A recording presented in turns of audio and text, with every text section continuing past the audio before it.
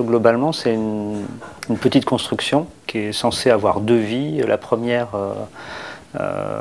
pour accueillir un bureau de vente qui se doit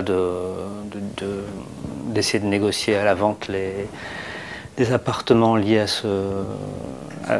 ce projet assez surprenant de MAD et de Christian Biécher.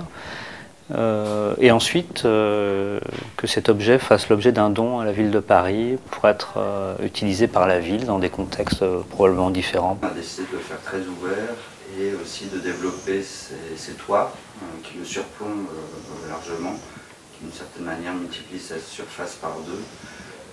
Donc il est comme ça, comme un bâtiment public qui ça couvre l'intérieur, mais aussi couvre un peu l'extérieur. On crée une surface un tout petit peu intermédiaire. Quand on a deux bâtiments l'un à côté de l'autre, on couvre une sorte de grande surface qui équivaut à 70 mètres carrés. Quand on les met en longueur, ça crée comme ça, presque comme un grand pont sous lequel on pourrait marcher. Je pense que l'invention principale de ce projet, c'est effectivement ces grands toits qui font que le lieu n'est pas simplement l'espace couvert, l'espace intérieur, mais aussi tout ce qui se passe en dessous de ce toit. Rohan utilise l'image d'une tortue, c'est vrai, c'est quelque chose qui se contracte sur elle-même le soir, qui après s'ouvre pendant la journée. Ça pourrait devenir tout à fait un bar, considérons qu'à l'intérieur il y a deux ou trois trucs. On ouvre les portes des deux côtés, il y a une terrasse tout autour, ça devient un café.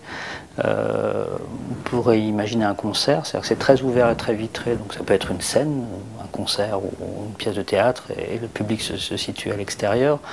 Ça peut être un espace d'exposition dans lequel on rentre, mais ça peut aussi, comme c'est très vitré, c'est presque à l'image d'une vitrine de magasin, ça pourrait être un espace d'exposition fermé. Enfin, c'est-à-dire qu'on ne rentre pas, mais on tourne autour et on découvre.